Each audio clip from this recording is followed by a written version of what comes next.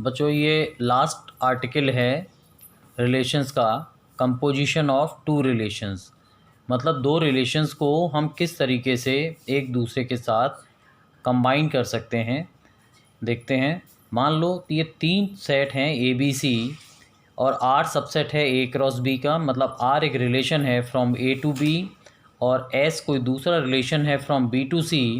Then their composition is written as S composition R. ये छोटी सी जीरो नहीं है, ये ओ है, एस ओ आर, एस कंपोजिशन आर। ठीक है, इसको डिफाइन कैसे किया गया है? एस ओ आर एक रिलेशन होगा जो ए से सी तक होगा, मतलब पहले सेट को तीसरे सेट से डायरेक्टली जोड़ देगा। देखो डायग्राम से समझते हैं। ये सेट ए है, ये सेट बी है, ये सेट सी है। इसका एलिमेंट ए, ये बी, ये सी। अब आर रिलेशन इसके एलिमेंट ए को बी से एट जोड़ता है और दूसरा रिलेशन एस बी को सी से जोड़ता है। तो हम हमेशा एक ऐसा तीसरा रिलेशन बना सकते हैं जो डायरेक्ट ए को सी से जोड़ सके। इसको क्या पढ़ेंगे? S composition R. ठीक है, देखो इसको एग्जाम्पल से समझो। जैसे ये कोई बॉय, ये मदर और ये मदर का भाई। यहाँ रिलेशन है कि ये बॉय सन है अपनी मदर का और मदर सिस्टर है अपने ब्रदर की। तो ये जो बॉय है वो इस ब्रदर का क्या होगा? भांजा होगा, नेफ्यू, है ना। तो डायरेक्ट हमारे पास एक नया रिलेशन डेवलप हो गया। देखो ये इससे सन था, ये माँ थी, ये भाई था, तो ये इसकी सिस्टर हो गई। तो डायरेक्ट ये ए इसका क्या बन गया? भांजा बन गया। तो एक नया रिलेशन डेवलप हो गया जिसे हमने कहा S composition R. S composition R अगर हम मैथमेटिकली लिखें तो क्या लिखेंगे? It is the set of pair A to C. A और सी का पेयर है।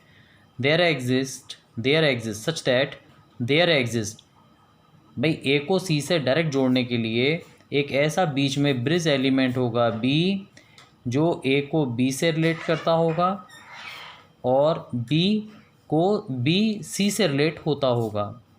ठीक है, जहाँ ए का मेंबर है और सी का मेंबर है। ठीक है, ये याद रखना, कभी एक नंबर में लिखवाने को आ सकता है। देखो क्लियरली हम इसको ऐसे भी कह सकते हैं, if a b belongs to R और b c belongs to S. तो मतलब पहला दूसरे से कनेक्ट है, दूसरा तीसरे से, तो डायरेक्ट पहला तीसरे से कनेक्ट होगा। ए सी कनेक्ट ऐसे होगा एस कंपोजिशन आर। ध्यान रखना क्रॉस रेशियो है, पहले ये आएगा देन ये आएगा। ठीक है, और हम इसे दूसरे शब्दों में कहें तो कैसे कहेंगे? इसको उल्टा लिख लो, a C belongs to S composition R if there exist bridge element b such that a b से रिलेटेड है और बी सी से रिलेटेड है। ठीक है, देखो ये दो रिलेशंस का कंपोजिशन। अब इनके ऊपर क्वेश्चंस आएंगे, एक आध मैं बताऊंगा, देखते हैं। अब एक थ्योरम देख लें पहले। थ्योरम है कि एस कंपोजिशन आर का inverse relation R inverse composition S inverse के बराबर होता है। देखो रिवर्स ऑर्डर हो गया इसका, इसे रिवर्सल लॉ भी कहते हैं। ठीक है, लिखना चाहो लिख सकते हो। इस लॉ का नाम क्या है? Reversal law. ये ढंग से ध्यान रख लेना, रिवर्सल लॉ। ठीक है, अच्छा इसको प्रूफ कैसे करेंगे? प्रूफ करने के लिए देखो, एक तो आप ये जानते हो कि if A C belongs to S composition R, तो इसका उल्टा पेयर एस ओ आर के इन्वर्स में होगा। ठीक है, अब यहीं से हम आगे बढ़ते हैं। हम लेके चलते हैं लेट सी कॉमा ए, ये पेयर है सी ए, किसके में है? Belongs to S O R inverse. Implies that, देखो यहाँ हमने डबल बे इम्प्लीकेशन लगा दिया है, आसानी रहेगी कहने में। If and only if A C belongs to S O R, अगर a c S O R में है तो there exist a bridge element b such that, s t माने such that a b belongs to R और b c belongs to S. इसी line को आगे लिखो, there exist b such that, ये उल्टा हो गया, बी ए किस में होगा? आर इन्वर्स में, और सी बी किस में होगा? एस इन्वर्स में।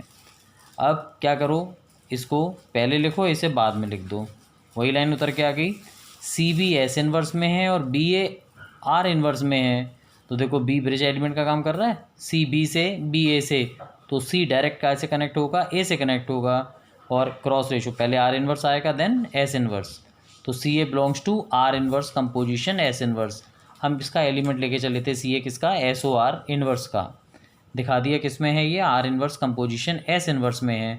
तो हमने देखा कि एस ओ आर का होल इन्वर्स बराबर R inverse composition S inverse. हम ये डायरेक्ट इक्वल का साइन लगा सकते हैं क्योंकि हमने यहाँ डबल बे इम्प्लीकेशन ले लिया है। ठीक है, तो ऐसे ही करके आना अगर आता है पेपर में तो।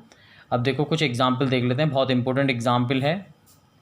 ये रिलेशन हमें दिया गया है r इज इक्वल टू 4 5 1 4 4 6 7 6 और 3 7। Then we have to find r inverse composition r inverse of r का होल इन्वर्स। देखो हमें r दिया है, हमने इसका इन्वर्स निकाल लिया 5 4 4 1 6 4 6 7 7 3। ठीक है, अब देखो करेंगे क्या। पहला पार्ट, पहले पार्ट में क्या है, आर इन्वर्स कंपोजिशन आर है ना। तो ध्यान रखना जो पहले लिखा होता, यहाँ लिखा होता है बाद में, उसे हम पहले बनाएंगे। पहले आर बनाएंगे फिर आर इन्वर्स बनाएंगे। देखो मैंने सर्कल्स बना लिए 3। आर में पहले एलिमेंट 4 1 4 7 3 1 3 4 7, वो किसी भी ऑर्डर में लिख लो, बस रिपीट नहीं करना। जैसे यहाँ पे क्या था, 4 4 2 बार था ना, तो आप एक ही बार लिखो। अब दूसरे एलिमेंट 5 4 6 6 7, तो 4 5 6 7। ठीक है, अब ये आर इन्वर्स में देख लो, सारे फर्स्ट आ गए 5 4, हाँ वो सारे फर्स्ट आ गए होंगे क्योंकि इसको उल्टा करके लिखा है। आर इन्वर्स में देखो फर्स्ट वाले लिख लो 5 4 6, सॉरी सेकंड वाले लिखो 4 1 4 7 3। ठीक है, इसके हिसाब से लिख लो। अब देखो जोड़ो, 4 किससे कनेक्ट है, 5 से, तो एरो डायग्राम 4 कनेक्ट है 5 से, 1 किससे है 4 से, तो 1 4 से, 4 6 से, 7 6 से, है ना, ये इस एरो बना हुआ है, 3 7 से, देखो 3 7 से। ठीक, अब आर इन्वर्स को कनेक्ट कर दो, 5 किससे है 4 से, तो 5 को 4 से, 4 किससे है 1 से, 6 4 से, 6 को 4 से किया, 6 को 7 से भी किया, और 7 को 3 से कनेक्ट कर दिया। जब ये बन गया तो अब आप देखो पेयर पहला तीसरे से कैसे कनेक्ट हो रहा है। देखो 1 4 से, 1 4 आर में है, 4 1 आर इन्वर्स में है, तो इसलिए पहला और तीसरा 1 1 किस में होगा, आर इन्वर्स कंपोजिशन आर में होगा। उल्टा हो गया, नहीं हो गया क्रॉस। अब देखो 3 7 में और 7 3 में, 3 7 7 3, तो पहला और तीसरा 3 किस में आ गया, आर इन्वर्स कंपोजिशन आर में। ठीक है, अब 3 का काम खत्म। अब 7 तो किसी और से कनेक्ट नहीं है, कोई बात नहीं। अब देखो 4 5 5 4, तो एक आएगा 4 4। ऐसे ही 4 6, अब 6 4 है ना, एक आएगा 4 6 और 6 7। देखो इसी डायग्राम से हमने ये बनाया, देखो क्या था, 4 5 5 4, यहाँ था ना 4 5 5 4, तो वही चीज़ हमने यहाँ लिखी 4 5 5 4 आर इन्वर्स में, तो 4 4 आर इन्वर्स कंपोजिशन आर में आ गया। ऐसे ही 4 6 6 4 था, 4 6 6 7, क्योंकि 6 2 से कनेक्ट था, है ना, देख लो 4 6 से और 6 दो चीज़ से था, 4 से और 7 से, तो एक आएगा 4 6 6 4 और एक आएगा 4 6 6 7। ठीक है, तो ये पेयर बन गए। अब 7 6 से देखते हैं, यहाँ 7 6 से, 6 4 से और 6 7 से, तो ये दो चीज़ें आएंगी 7 6 6 4, तो पहला तीसरा 7 4 आ गया, है ना, 7 6 6 7, तो 7 7 आ गया। अब देयरफॉर अब सारे ख़त्म हो गए, तो आर इन्वर्स कंपोजिशन आर क्या हुआ, सारे पेयर लिख दो, 1 1 3 3 4 4, एक बार लिखना 4 7 7 4 और 7 7, ये आपका आंसर आ गया। अब देखो, अब आप लोगों को क्या चाहिए, आप लोगों को चाहिए R inverse composition R inverse. तो दोनों सेम है, तो पहले कोई भी लिख लो, तो गोले वही 3 बनेंगे। आर इन्वर्स, तो आर इन्वर्स के जो फर्स्ट एलिमेंट हैं 5 4 6 6 7, वो सब आप पहले में लिखो, सेकंड एलिमेंट यहाँ लिख लो, इसी तरीके से यहाँ मैनेज कर लो। ठीक है भाई, और कनेक्ट कर दो जैसे बताया था। अब ये डायरेक्ट आंसर हमने लिख दिया, करके देखना, दिक्कत आएगी मुझसे पूछना। देखो क्या हुआ यहाँ, 4 1, अब 1 किसी और से कनेक्ट नहीं है तो 4 का अब किसी और के साथ कनेक्शन नहीं होगा। 5 4 से, 4 1 से तो 5 1 आ जाएगा, देखो एक। 6 4 से, 4 1 से तो एक 6 1 आ रहा होगा, 6 1 आ रहा है। 6 7 से, 7 3 से तो 6 3 आ गया। अब 7 3 से, 3 किसी और से है ही नहीं तो नहीं आएगा 7 का कोई भी, तो यही हमारा आंसर आ गया।